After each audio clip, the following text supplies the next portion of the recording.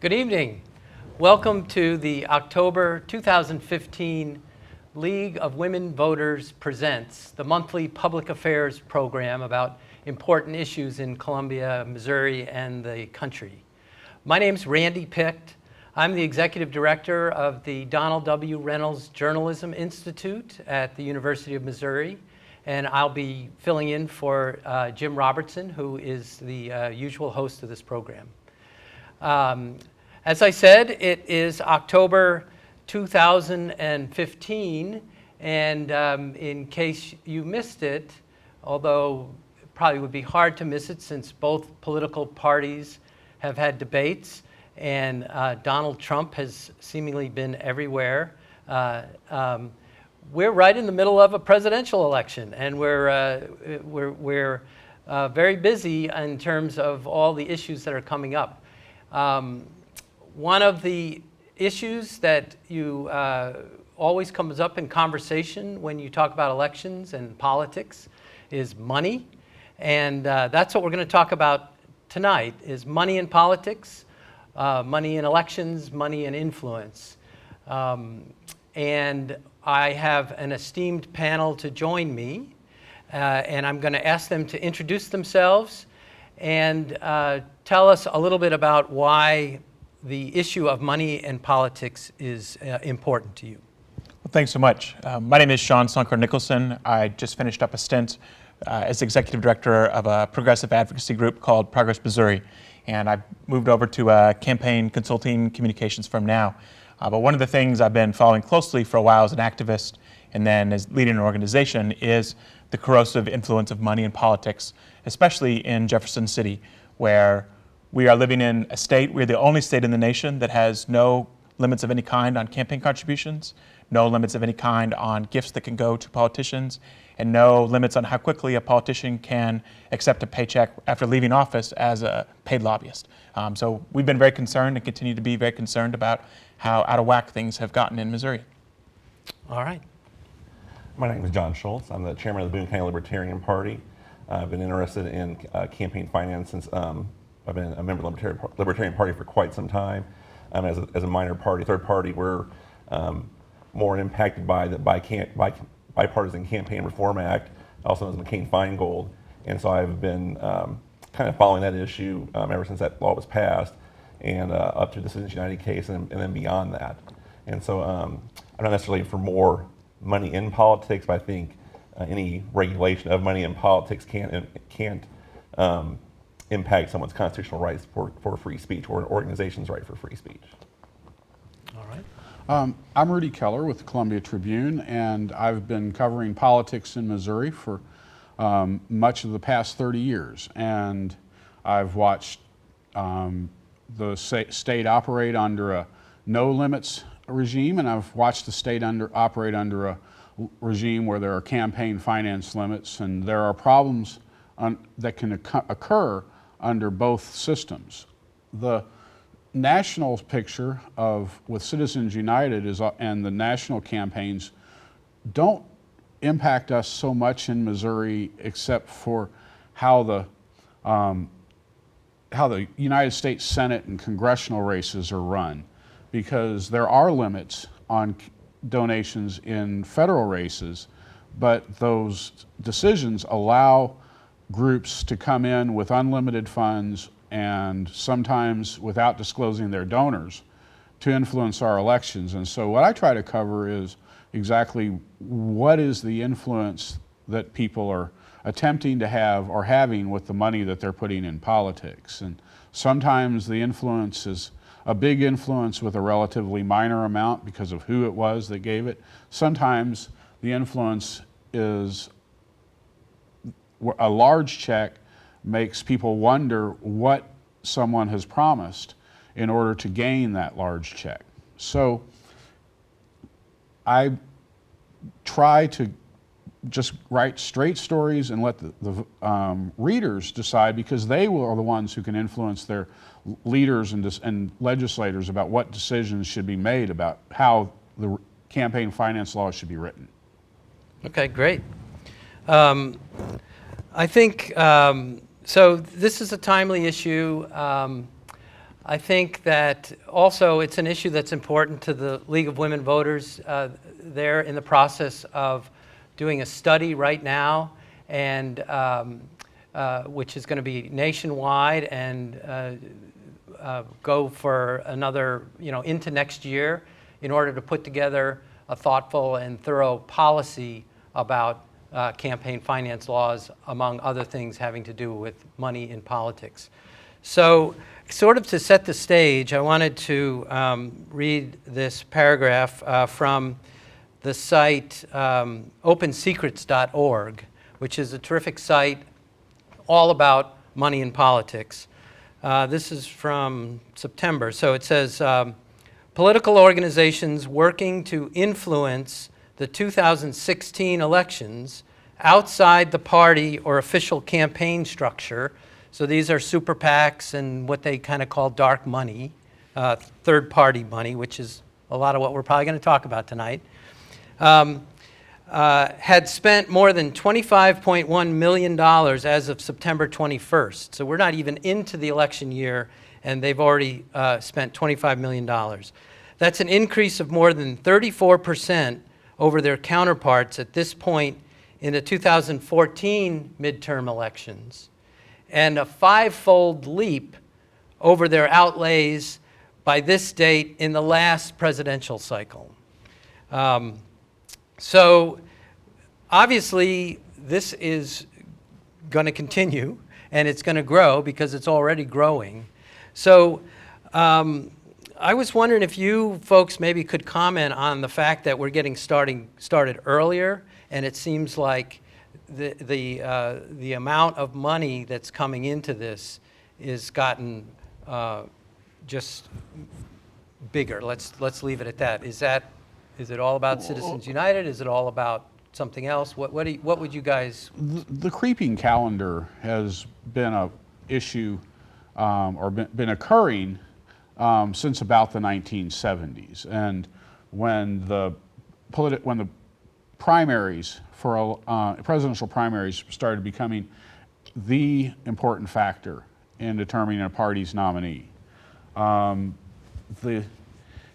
That is spilled over into other races. It's Missouri, it's a phenomenon that's been going on for about 20 years, starting with Bob Holden's decision early in 1997 to start raising money for the 2000 governor's race, more than just months after he had been sworn in for his second term as state treasurer.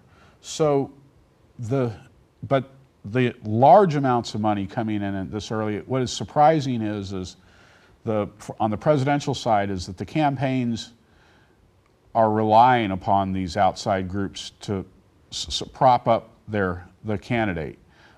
Several of the candidates have no paid staff in places like Iowa or New Hampshire, but the super PACs that are supporting them, or the even less disclosed 501c4 supposedly social welfare organizations that are supporting them, are paying for all this staff time and putting people on the ground. And so that's where we're losing the connection between the candidate needing to find supporters and deciding that all they need is a couple of large, well-heeled supporters, and that can propel them through the odd-numbered year leading up to the primaries. Mm-hmm. So I think there's a couple of things at play in this. So one is the stakes are very high, right? We're talking about becoming president of in the current context, president of the most powerful, important nation in the world. There's a media environment that it's very expensive to advertise on. So it's more expensive in 2016 than it was in 2012, more expensive than it was in 2008. And you've got a lot of media enterprises that are covering these races voraciously. And so there's a real downside if you're a candidate and you say, we want to peak next January, February. Well, that boat may have already sailed if you weren't ready to compete and do well in April of the off year, or May or June, right? So I think there's a lot of things coming together. And I think the important piece to keep in mind as we talk about campaign finance rules and ethics rules is that people are going to play to win, and we shouldn't expect anyone to disarm unilaterally. And so I think it's actually incumbent upon all of us who may not have skin in the specific games of these campaigns to figure out what makes the most sense, what's going to get the best campaigns to get us the best leaders in that. So I think there's a lot of things coming together, and it's unfair to ask campaigns and candidates to voluntarily withdraw. And I think one thing as well, it seems like candidates have a lot longer lead time now. As you mentioned with Bob Holden, you see current office holders in Jeff City announce 2 years beforehand that they're running for a statewide office or for a particular position. And so I think there's a lot more incentive or maybe fear to position themselves as the front runner for a particular seat before other candidates can come out and campaign against them. The thing that's happening in Missouri is that candidates are looking for that one big donor or that one group of large donors to pay for their campaign. It's somewhat unfortunate we're meeting tonight, because tomorrow is the day that all of the candidates for statewide office and federal office report truthfully what they've raised during the third quarter of the year. I've had a series of emails in my inbox over the last 2 weeks of one candidate or another touting how well they've done and how wonderful it is that they've been able to raise this money, and naming and listing the number of I've got 656 contributors. Well, in one particular candidate's race, the Attorney General's race is one of the hottest races that we have going on the Republican side. And not only that, but it's intensely interesting in Columbia because it's two residents of Columbia, Josh Hawley, a University of Missouri law professor, the others, Kurt Schaefer, our state senator, are battling this out in a primary that it seems like it's only going to get more bitter as it goes along. Kurt Schaefer has received $750,000 from wealthy activist Rex Singfield for his campaign so far. Mr. Hawley has received $500,000 from a family that runs a Joplin-based roofing manufacturer. Well, the family of that Joplin-based roofing manufacturer has been someone who has written large checks, hundreds of thousands of dollars. Mr. Hawley had a campaign news release. It said 656 donors or something, but I added up all the money he had received so far in checks of $5,000 or more, and of the $753,000 he's raised, $90,000 comes from those 656, or 650 of the 656, and the rest comes from that very small group of donors. We have a similar dynamic in the lieutenant governor's race where Rex Singfield's chosen candidate named Bev Randalls, and we'll see what her report shows tomorrow, but in the previous reports, Rex accounts for 98, 99% of what she's raised overall. So, I think things are totally out of balance and out of whack in Missouri right now. Well, and you mentioned that in the beginning about how there's other states have taken action to try to rein in or at least put in some sensible controls, and Missouri hasn't. Mm-hmm. What do you and you also mentioned you can't kind of ask for unilateral disarmament, but then that kind of leaves you with an arms race. And so are there some things that you think would be important to kind of get on the table in terms of how to address this, or are we just sort of at the will of whoever's got the biggest checkbook? So from my perspective, from Progress Missouri's perspective, I think that real reform is going to come at the ballot in the form of an initiative petition that sets pretty strict limits on what candidates can raise. I mean, there's probably some sort of graduated amount that accounts for the fact that statewide campaigns are a little more expensive. I think a ban on fundraising in the Capitol on the House floor makes a lot of sense. I think some states have limits on how much fundraising you can do during the legislative session. I know RUDI has reported a lot on the charitable word would be coincidences between campaign checks that are written and actions that are taken on the floor or in committee.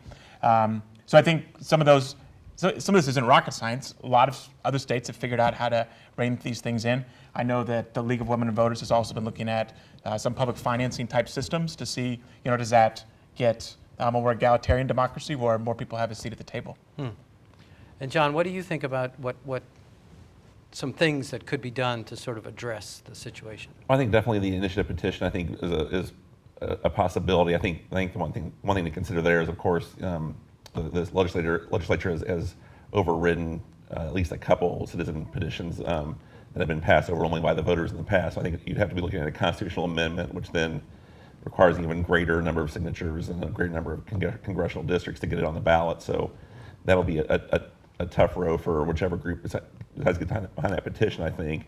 I have no problem with limits and with reporting.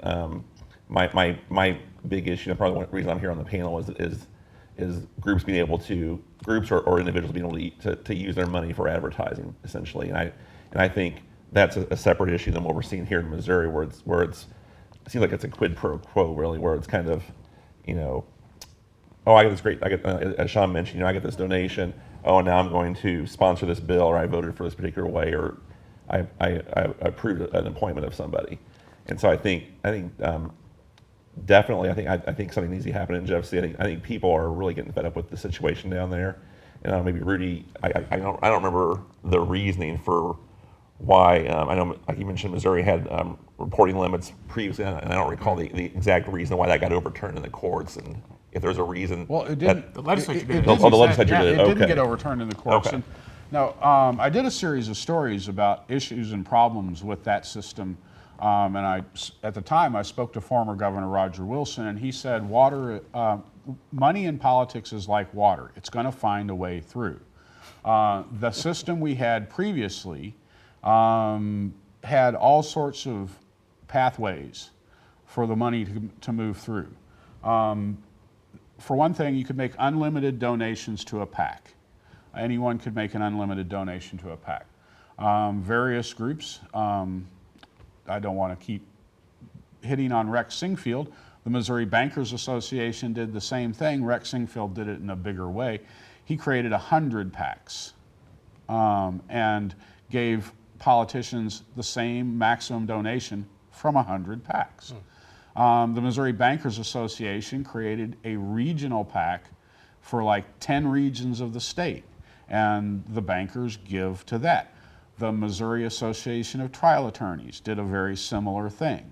Then the other pathway that was notorious was that political party committees could give 10 times the limit. That meant that you could give $1 million to a political party, then it could give the money in 10 packets of 10 times the limit to 100 political committees around the state for the Legislative District 47 or Senate District 19 or Judicial Circuit 23. They all have their own committees whose main job is to nominate candidates when there's a vacancy on the ballot, and have really no other role in state law. But they had the power to raise and spend money. Claire McCaskill replenished her campaign coffers in 2004 when she defeated Bob Holden in the primary. Just in that way, got $1 million in 30 days. Her Republican opponent had raised about $1.5 million up to the primary in that way because he had no opposition. That was Matt Blunt. So both parties were engaging in this move the money through the local committees thing. So the issue with, if you want to control how much any individual can give, is to figure out all of the ways that that individual can give and then try to plug up the holes where the water comes through. Right. But there's not really any effort to do that. I would say that there is. I mean, I would say right now, Fred Sauer, who is by all counts a pretty conservative fella, he is financing an initiative petition to set some pretty basic campaign finance limits into place. We've been talking and doing a lot of research trying to figure out, or I did when I was at Progress Missouri, trying to figure out, a package of reforms that would plug some of these holes that Rudy talked about, set some basic things together. I'm pretty optimistic that voters will have at least one, if not multiple, different options on the ballot in 2016 to set some parameters for how campaigns ought to operate in Missouri.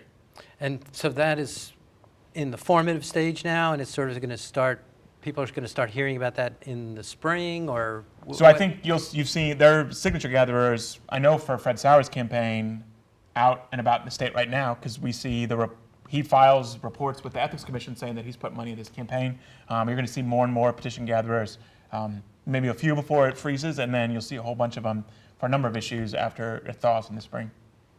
Yeah, but Rudy, this has been tried before? Yeah, the first initiative that set campaign limits in Missouri set a limit of $100 for a donation to a state representative race, $200 for a race for state senate, and $300 for governor or statewide office. The legislature came back and realized that maybe this was a little low. And reasonably, you could be argued, if you're talking limits, what should be the right limit? Mm-hmm. The federal limits have been talked about as being adopted for Missouri, and I think that's $10,000 for a PAC to a candidate. But the legislature came back and set it at $250 for a state rep, $500 for a state senate, and $1,000 for statewide office, indexed for inflation. By the time the legislature repealed all limits, the limit for statewide had gone up to $1,375. So whether that's too low, too much, but it was easy for someone to give $13,750, actually $27,500, because you could give for the primary and the general. After the primary, after someone had won a primary, you could still give for the primary for 30 days after. So if a statewide candidate you wanted to give money to, you found a little committee that hadn't given to that candidate yet, and you gave that committee $27,500. It happened over and over and over again. So we talked about the plugging the holes. We talked about the initiative, the ballot, so folks can put their signatures on that. Mm-hmm. We have just a few minutes left. I guess I was hoping you guys maybe could talk about what else do you think people should be thinking about this issue of money in politics, or should know about it? So I think, from my perspective, what citizens need to know is that this whole system, in large part, rests on a certain amount of ignorance on the part of citizens, right? So politicians are not proud of a lot of the checks that they might be taking or their lobbyist gift reports, but they know that it's relatively hard to find the information of who's giving them free stuff by design. And so I think it's incumbent upon all of us to pay attention to what the folks we send to Jefferson City or Washington, D.C. are doing. Politicians are responsive to people who call their office and talk to them. They get to do bad things in a vacuum, and so I think that's the thing I'd close on. Yeah. I think one thing I'd like people to realize is that they hear Citizens United and they think, wow, what a horrible decision, but they don't know what the decision really is. Or you have the dramatic moment from the 2010 State of the Union where President Obama says, this will unleash a flood of foreign money. You have Justice Alito, shaking the head. Not true. There was no repeal for the foreign contribution. Corporations still cannot give directly to campaigns. It's only they can give to PACs that do independent expenditures. And so I would like people to say, be a little bit more informed when you hear about these decisions. I mean, I'm not a lawyer myself, certainly, but I think just be aware of the decisions and what it might mean for you. And as Sean mentioned, be aware of what's going on down in Jeff City, and make contact with your legislator. And stay abreast of the issues. Like we had millions and millions of dollars spent on the presidential campaign, and I think a good percentage of the electorate are just kind of like, I'm going to vote for that guy because of the letter behind his name, not because his idea is better than this candidate's idea. So I think money might be an issue in politics, but I think it's not the only issue in politics. Well, don't you think it turns a lot of people off? Oh, it certainly does. There's no doubt about that. I think you, like as Sean mentioned, with some of the gimmicks that happen in Jeff City, especially. You know, I'm sure if you did an approval poll, you know, Jeff City politicians might rank lower than, you know, Congress. Who knows? Possibly. Is that possible? Can you get that low? It's close. I think what people need to think about is what is the money doing? Yep. What, look at the politician carefully. We're lucky here in Columbia, we have a very strong media presence, and I hope that not only will I, be able to tell people about these candidates, I want to talk. We have so many. We have a handful of people giving very large amounts of money in Missouri. What I'm hoping to do before the primary next year is really get a chance to talk to people like the Humphreys, who own the Joplin Roofing Company, to talk to Rex Singfield, who has given almost $38 million in contributions over the last 10 years to initiative campaigns and to candidates, to talk to someone who is self-funding, like John Bruner in the campaign for governor. That's an interesting aspect of it too. We have a lot of people who are self-funding. One of the more amusing phenomenons that's going on is how much Donald Trump has moved to the front of the Republican field for president without spending his money. I read something the other day that his campaign had intended that they would tap him for $20 million by now, but that he's only spent $2 million, which is a small amount of money in presidential politics, trying to run across many states and have staff and people on the ground getting organized for things like caucuses and primaries and get the vote out. That's a relative. It's a small. I mean, it's a drop in the bucket compared to what some of the other candidates have already spent. What has happened with Trump is that he has said things that have excited people, enraged people, and got people talking about him. And there's something about the way we're supposed to run this country, like thinking back 200 years, that some person who has something to say and something to do is the people we should put into office. Right. And, for good or for bad, Trump started with this celebrity personality, and now he's turned it into a political personality. And he is doing it without being on the air, advertising, without calling on anybody else. He's not going to call on any other super PAC or billionaire to fund his campaign. So we have so that's an interesting aspect of it. What do you think of someone who pays for their own campaign and says, I can't be bought? And Trump even says, well, I bought those people before, right, and I know they can be bought. Right. And so it's and so we have a few candidates in Missouri that are doing that, and you could view some of these large checks as allowing someone to run in the same manner as if they were self-funded, but not dependent on making those calls for those $5,000 contributions. Mm-hmm. Yeah, it's interesting because even though it's always about money, maybe sometimes it's not always about money. And Donald Trump sort of is an example of that, right? Yeah, I mean, I think, I don't know how much time we have left, but the ability to run is hard to do. I mean, that's another hard part of our democracy right now. You have to quit your job. Like, I don't know if Donald has a job right now, but it makes it hard, to be able to run these campaigns. Yeah. John's with the Libertarian Party. The Libertarian Party, in a lot of media situations, will not get noticed, even though they have candidates on the ballot. I've made it a point over my journalism career to call Libertarian candidates. As a matter of fact, the first time I was writing up a race for governor, I made sure that I had the two major party candidates in a long profile, but then did a separate profile that talked about and explain what the Libertarian candidate was attempting to do. The same thing might, and interestingly enough, within Boone County, the Libertarian candidate for governor that year got a few more points than they did generally. So it's from people knowing what Yeah. a different political point of view is telling them. It would be interesting to see if a major funder put money behind what is considered at this point a small party.